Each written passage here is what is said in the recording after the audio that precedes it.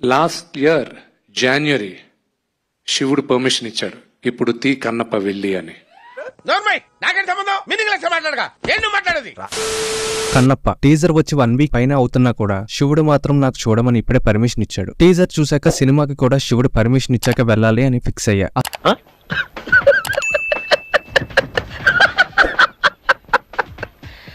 అసలు ఆ టేకింగ్ కానీ, ఆ లొకేషన్స్ కానీ, అండ్ మెయిన్ గా ఆ డైలాగ్ డెలివరీ ఏదైతే ఉందో దానికి అయ్యప్ప స్వామి ఎన్ని భాస్కర్ అవార్డ్స్ ఉంటాయో అన్ని అవార్డ్స్ కూడా ఈ మూవీకి ఇచ్చేయచ్చు అనిపించింది. బేసిక్ గా కన్నప్ప స్టోరీ 2వ శతాబ్దంలో జరిగింది. మరి ఆ 2వ శతాబ్దంలోకి మనల్ని తీసుకుని వెళ్ళాలి అంటే ఆ లొకేషన్స్ అండ్ ఆ విఎఫ్ఎక్స్ ఎంత అథెంటిక్ అండ్ రిలేటబుల్ గా ఉండాలి. కానీ టీజర్ లో ఆ కలర్ గ్రేడింగ్ చూస్తేనే అర్థమైపోతుంది ఇది 2వ శతాబ్దం కాదు, మనల్ని ముంచే శతాబ్దం అని. ఒక్కటి కూడా సరిగ్గా కేర్ తీసుకోలేదు అనేలా తీశారు. మనం ఓల్డ్ మూవీ భక్త కన్నప్ప చూస్తే మనకి తెలియకుండానే ఆ వరల్డ్ లోకి మనల్ని కంప్లీట్ గా అయ్యేలా చేస్తారు. మూవీలో ఆ సెటప్ కానీ, బ్యాక్గ్రౌండ్ కానీ, ఆ డివోషన్ కానీ అప్పటి జనరేషన్ కి తగ్గట్టు నీట్ గా ఉంటుంది. కానీ ఇక్కడ మాత్రం డివోషన్ తప్ప మిగతా సోదంతా పెట్టారు. డైలాగ్ డెలివరీ అయితే క్రింజ్ స్టఫ్ లోడింగ్ లా ఉంది. 100 crore బడ్జెట్ అన్నారు. టీజర్ చూస్తే ఒక 30 crore లో చుట్టేసినట్టు ఉంది ఆ విఎఫ్ఎక్స్. విష్ణు యూజ్ చేసిన వెపన్ చూస్తే అది బోన్ మేడ్ లా ఉంది. ఆ వెపన్ కూడా చిన్నపిల్లలు ఆడుకున్నట్టు పెట్టారు. మనం క్లియర్ గా అబ్జర్వ్ చేస్తే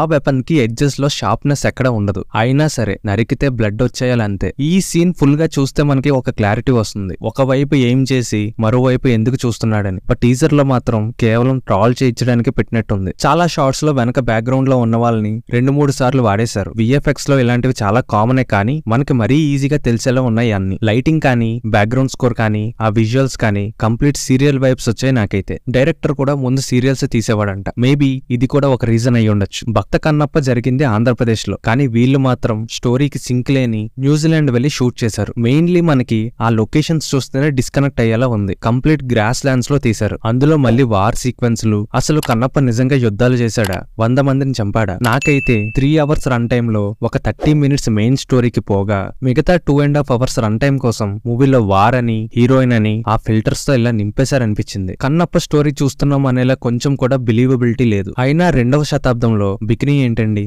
ఏది పెట్టినా చూసేస్తారులే అన్నట్టు భక్తి మూవీలో ఈ రోత ఎందుకు పెట్టారో విష్ణు మంచుకే తెలియాలి. ప్రభాస్ ని శివుడు అన్నారు, ఏమైందో తెలీదు అక్షయ్ ని పెట్టారు. మోహన్ లాల్, శరత్ కుమార్, కాజల్, ప్రభాస్ ఇలా చాలా మందినే పెట్టారు. నాకు మాత్రం టీజర్ లో వీళ్ళ రోల్స్ ఎక్కడ ఎగ్జైట్ చేయలేదు. అవుట్ రైట్ డిజాస్టర్ వైబ్స్ మాత్రం వచ్చాయి. టీజర్ అంతా ఒక ఎత్తు, లాస్ట్ లో విష్ణు అన్న నాన్ సింగ్ డైలాగ్ ఒక ఎత్తు.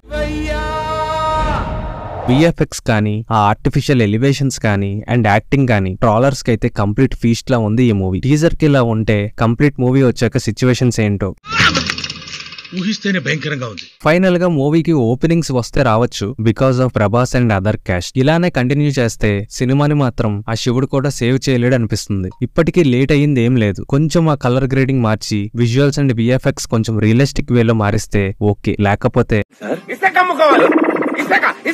ఇంకా ఈ టీజర్ పై మీ ఒపీనియన్ ని కమెంట్ బాక్స్ లో కమెంట్ చేయండి. మా ఛానల్ ని మీరు ఫస్ట్ టైం విజిట్ చేస్తే please like, share and subscribe. Thank you.